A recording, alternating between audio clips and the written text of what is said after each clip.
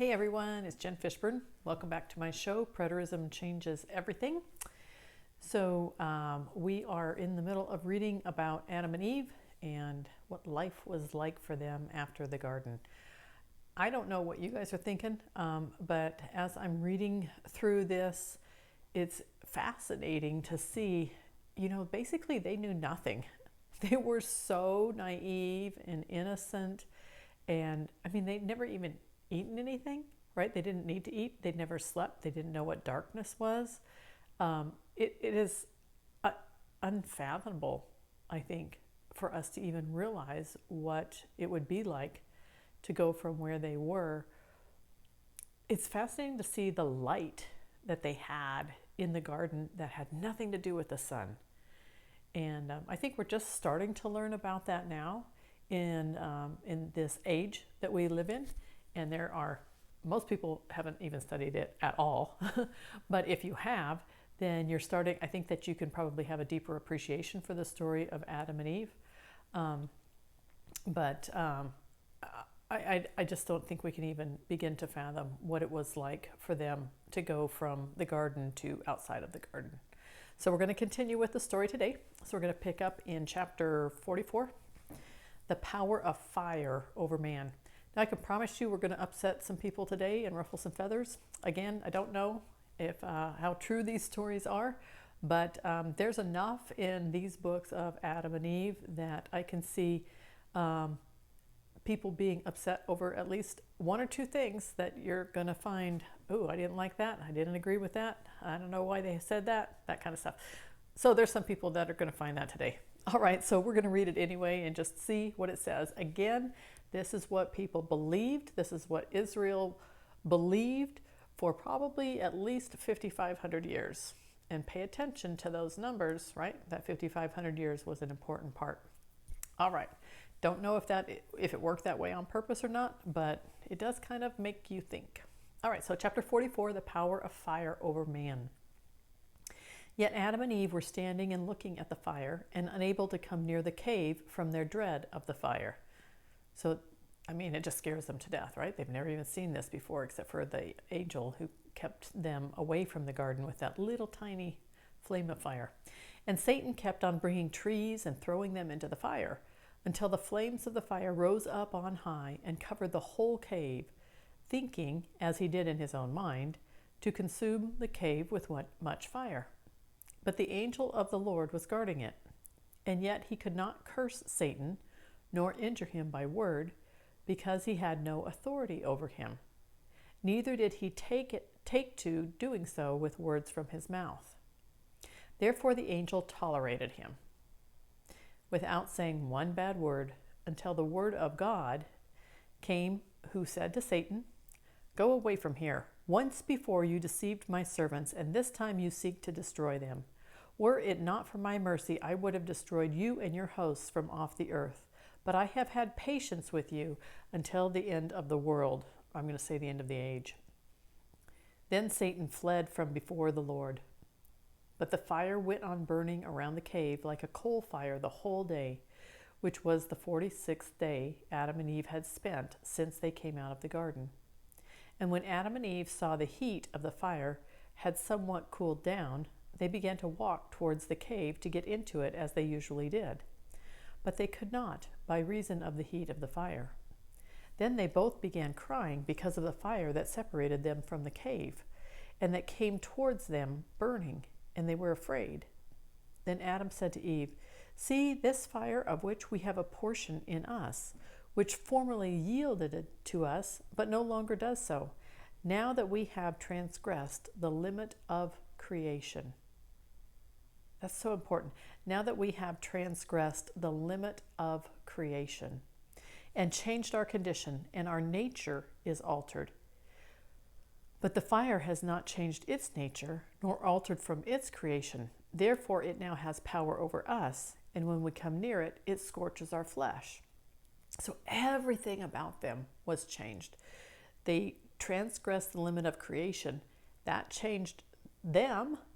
That changed their condition, that changed their nature, that changed their power, that changed their authority, that changed everything about them. It wasn't some tiny little thing. It changed everything. All right, chapter 45. Why Satan didn't fulfill his promises and the description of hell. All right, let's take a look at this. Then Adam rose and prayed to God, saying, "See, this fire has separated us from the cave in which you commanded us to live. But now, behold, we cannot go into it." Then God heard Adam and sent him his word that said, "O Adam, see this fire, how different the flame and heat thereof are from the garden of delights and the good things in it. When you were under my control, all creatures yielded to you. But after you have transgressed my commandment, they all rise over you." God said again to him, "See, O Adam, how Satan has exalted you. He has deprived you of the Godhead and of an exalted state like me, and has not kept his word to you, but has, after all, become your enemy. He is the one who made this fire in which he meant to burn you and Eve. Why, O Adam, has he not kept his agreement with you, not even one day, but has deprived you of the glory that was on you when you yielded to his command?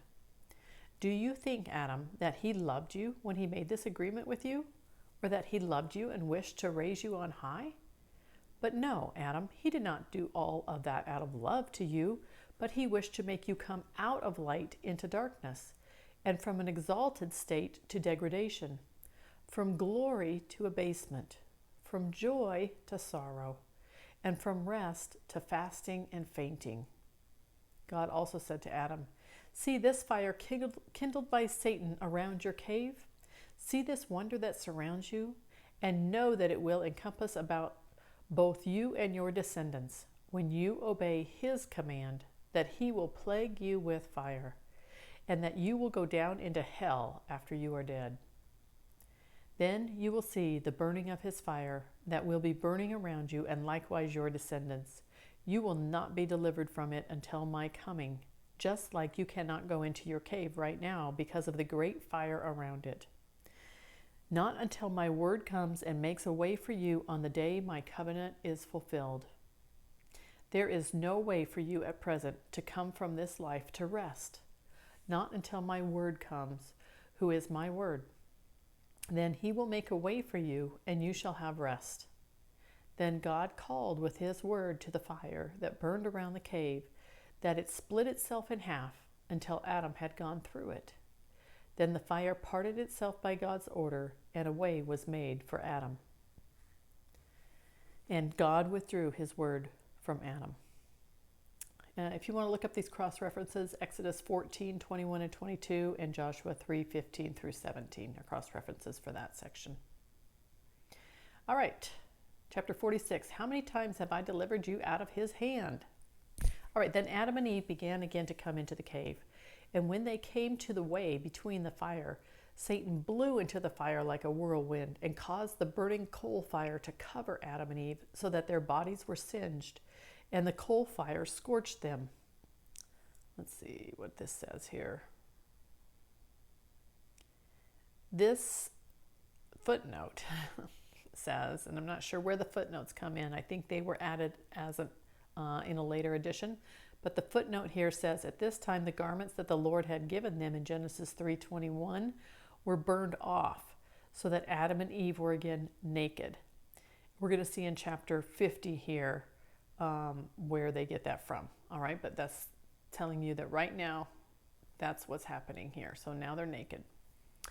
And from the burning of the fire, Adam and Eve screamed and said, "O Lord, save us. Leave us not to be consumed and plagued by this burning fire, neither require us for having transgressed your commandment."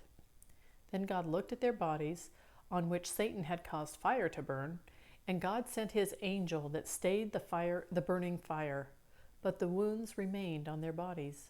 And God said to Adam, "See Satan's love for you, who pretended to give you the Godhead and greatness, and behold, he burns you with fire and seeks to destroy you from off the earth? Then look at me, O Adam. I created you, and how many times have I delivered you out of his hand? If not, wouldn't he have destroyed you?" God said again to Eve, "What is it that he promised you in the garden, saying, As soon as you eat from the tree, your eyes will be opened, and you shall become like the gods, knowing good and evil. But look, he has burnt your bodies with fire, and has made you taste the taste of fire, for the taste of the garden, and has made you see the burning of fire, and the evil of it, and the power it has over you. Your eyes have seen the good he has taken from you, and in truth he has opened your eyes. And you have seen the garden in which you were with me, and you have also seen the evil that has come over you from Satan. But as to the Godhead, he cannot give it to you, neither fulfill his speech to you. No, he was bitter against you and your descendants that will come after you. And God withdrew his word from them. Chapter 47, the devil's own scheming. Then Adam and Eve came into the cave, yet trembling at the fire that had scorched their bodies. So Adam said to Eve, Look, the fire has burnt our flesh in this world, but how will it be when we are dead, and Satan shall punish our souls? Is not our deliverance long and far off, unless God come and in mercy to us fulfill his promise? Then Adam and Eve passed into the cave, blessing themselves for coming into it once more. For it was in their thoughts that they should never enter it when they saw the fire around it. But as the sun was setting, the fire was still burning and nearing Adam and Eve in the cave, so that they could not sleep in it. After the sun had set, they went out of it. This was the 47th day after they came out of the garden. Adam and Eve then came from under the top of the hill by the garden to sleep, as they were accustomed. And they stood and prayed God to forgive them their sins, and then fell asleep under the summit of the mountain. But Satan, the hater of all good, thought within himself, Whereas God has promised salvation to Adam by covenant, and that he would deliver him out of all the hardships that have befallen him, but has not promised me by covenant, and will not deliver me out of my hardships, no, since he has promised him that he should make him and his descendants live in the kingdom in which I once was, I will kill Adam. The earth shall be rid of him, and shall be left to me alone, so that when he is dead he may not have any descendants left to inherit the kingdom that shall remain by my own realm. God will then be wanting me, and he will restore it to me and my hosts. Chapter 48, Fifth Apparition of Satan to Adam and Eve. After this, Satan called to his hosts, all of which came to him, and said to him, O our Lord, what will you do? He then said to them, You know that this Adam, whom God created out of the dust, is the one who has taken our kingdom. Come, let us gather together and kill him, or hurl a rock at him and at Eve, and crush them under it. When Satan's hosts heard these words, they came to the part of the mountain where Adam and Eve were asleep. Then Satan and his host took a huge rock, broad and even, and without blemish, thinking within himself, If there should be a hole in the rock, when it fell on them, the hole in the rock might come over them so that they would escape and not die. He then said to his host, Take up this stone and throw it flat on them, so that it doesn't roll off them to somewhere else. And when you have hurled it, get away from there quickly. And they did as he told them. But as the rock fell down from the mountain toward Adam and Eve, God commanded the rock to become a dome over them. Would that be the dome of the rock? Seriously, I have no idea. Let me take a look at the footnote says here. The word dome is used here, but the text does not specifically suggest that the covering was round, only that it covered them on all sides.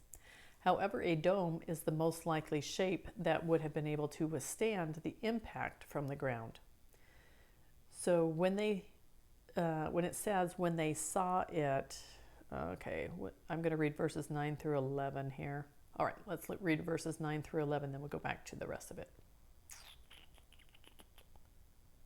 Where did it go?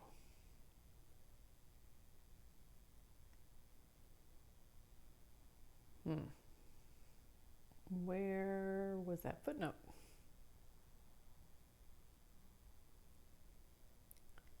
Here we go. it was in the middle of a sentence. I'll start at the beginning of the sentence again. Sorry about that. And they did as he told them. But as the rock fell down the mountain toward Adam and Eve, God commanded the rock to become a dome over them that did them no harm. And so it was by God's order. But when the rock fell, the whole earth quaked with it and was shaken from the size of the rock. And as it quaked and shook, Adam and Eve awoke from sleep and found themselves under the dome of the rock. But they didn't know what had happened, because when they fell asleep, they were under the sky and not under a dome. And when they saw it, they were afraid. Then Adam said to Eve, "Wherefore has the mountain bent itself, and the earth quaked and shaken on our account? And why has this rock spread itself over us like a tent? Does God intend to plague us and to shut us up in this prison? Or will he close the earth over us?" All right, now let's see. This says here, it says that the dome had holes in its sides that were big enough to let in light and air, but were too small to allow Adam and Eve to escape. Another conclusion could be that the holes were large but too high up for Adam and Eve to reach. However, the former, that the holes were small, is more likely. All right, now let's take a look here. Let's get back.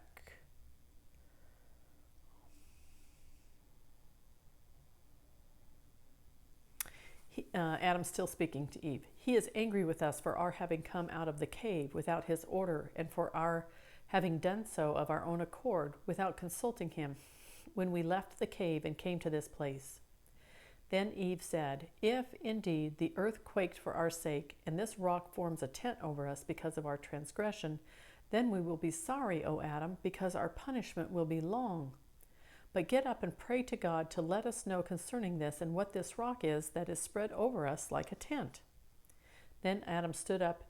That's a good idea, right? Trying to find out what it is. They're assuming it's something God did that was bad instead of realizing God had saved them. Then Adam stood up and prayed before the Lord to let him know what he had brought about this difficult time. And Adam stood praying like that until the morning. All right, now chapter 59 here. Looks like there's a long, it looks like it's time. It's the end for today's passage, so we'll start with chapter 49. I'm sorry, it's 49. We'll start with that tomorrow. Hope you guys have a great day. Actually, this will be posted on Friday morning, so the next one will be Monday. Hope you guys have a great weekend. Talk to you later. Bye.